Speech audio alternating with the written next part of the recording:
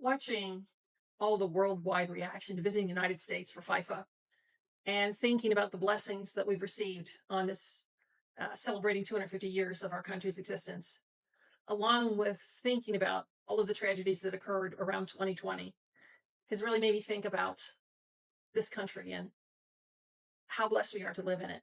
So I want to share my top 5 blessings that I feel that come from the country. And I hope you'll stay to the end because the number one blessing is, I think, the greatest that very few people talk about. Number 5, so many people talk about, we don't need a passport really to live here. There are so many places that are beautiful. We have glaciers, we have beautiful mountains, we have deserts, we have islands, we have gorgeous fields and valleys, and we're free to travel. We're free to go wherever we want, and we typically do. My husband and I typically go 300 or 400 miles on our usual vacation. Sometimes we'll go over 1,000 miles, and it's a long trip, but you get used to it. You find things to do, and we are so blessed that not only we have so many beautiful things that we're free to move and travel wherever we want to, and along with that is the fact that there's so much delicious food everywhere, that we are the melting point of the world, and literally every big city has every food, every nationality that there is, and many have blends of that. And even in small cities, you can always get great Mexican, Italian, Greek, and of course, delicious American food, fried chicken, apple pie, that meatloaf, that type of thing. So we're very blessed with that. And in 2020, we saw the beginning of that being those in power trying to limit that. And as we think about what we leave to our grandchildren, we need to make sure that never, ever happens. We've been blessed. Let's make sure our grandchildren are blessed in the same way. Number 4 is our right to bear arms, our right to have guns. I live in a rural area, and it is wonderful that some of us, not all of us, can feel that they can go out with the proper permission and licensing and shoot game, usually deer, to feed their families. That gives you a very great sense of independence and being able to provide for your family. I have a funny story I tell that when we moved to a rural area, I wasn't that crazy about guns, but most people own guns who live in rural areas. And that's why you'll never find, you very rarely see a break-in in a rural area, because chances are you're going to enter a home that has a gun and can defend itself. So anyway, we made sure our children took gun safety classes so that when they encountered guns, that they would handle them safely.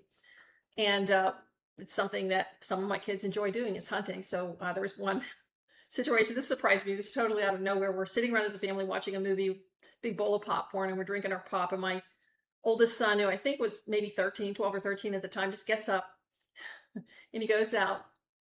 And after a while, he comes back in, and I inquire what he's done. He's gone out and shot a rabbit.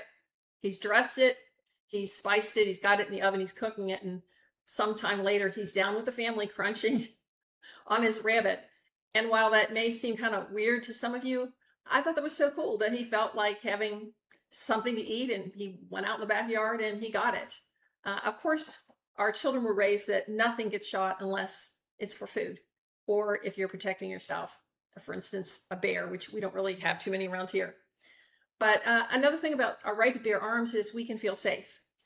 We do live in a rural area, and if my husband and I are getting on in age, we are safe. We are protected, because we know that if the world goes to hell in a handbasket, we at least have the means to protect our house and home and safety. Number 3, and this is so wonderful, so true of the American way of life, that the American dream is still possible. You still can start with nothing in life. You can be born of a poor family, or of drug addicts, or just with very low means. And if you work hard and you got good ethics, you can make it. You can make yourself success. As a retired teacher and a mother of 6, I've seen this in my own family. I've seen this in my students. And it's thrilling. And it's why so many people want to come here, because it is possible to work hard and achieve your dreams. Whatever you want to do, you pretty much can do if it's a dream that you have. So we are so happy to have people come to our country that are talented and want to work hard. And that is just a great thing about the United States. Number 2, We are one nation under God. We were founded by people fleeing various structures that did not see it that way. But we believe that God is in control of us, and that we have a covenant with God, that if we keep his word and obey his commands and rely on him, that he will provide for us. And that is a wonderful feeling. You see it in our founding documents. You see it on our money. All of our money says, "In God we can trust." You hear it in the Pledge of Allegiance we say, and in the songs that we sing about our country.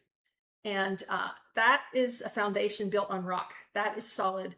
That will stand as long as we see God as what keeps us safe, and as the Almighty, and as someone we must answer to, and we must use the gifts he's given us to make the world a better place.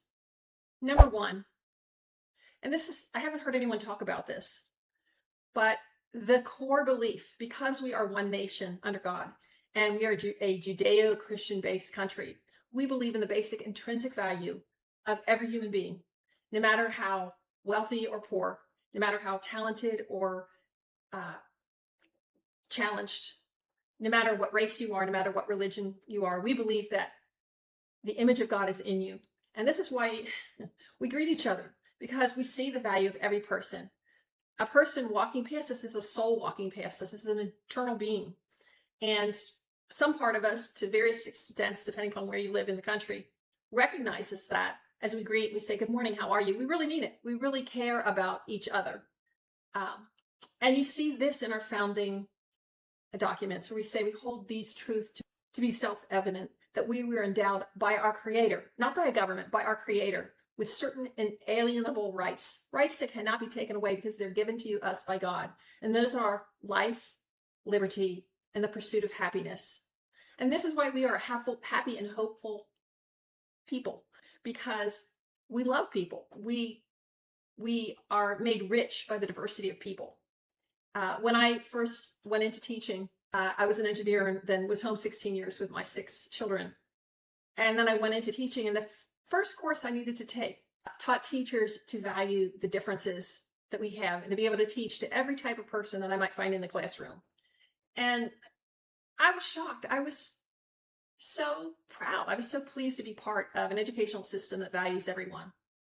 So I hope, I'd like to hear your comments on this. What do you think is the greatest blessing in our country? What types of things have come to your mind because of what happened as a result of FIFA, the world coming to the United States because of FIFA? I think that was a great blessing. Our 250th birthday was a great blessing.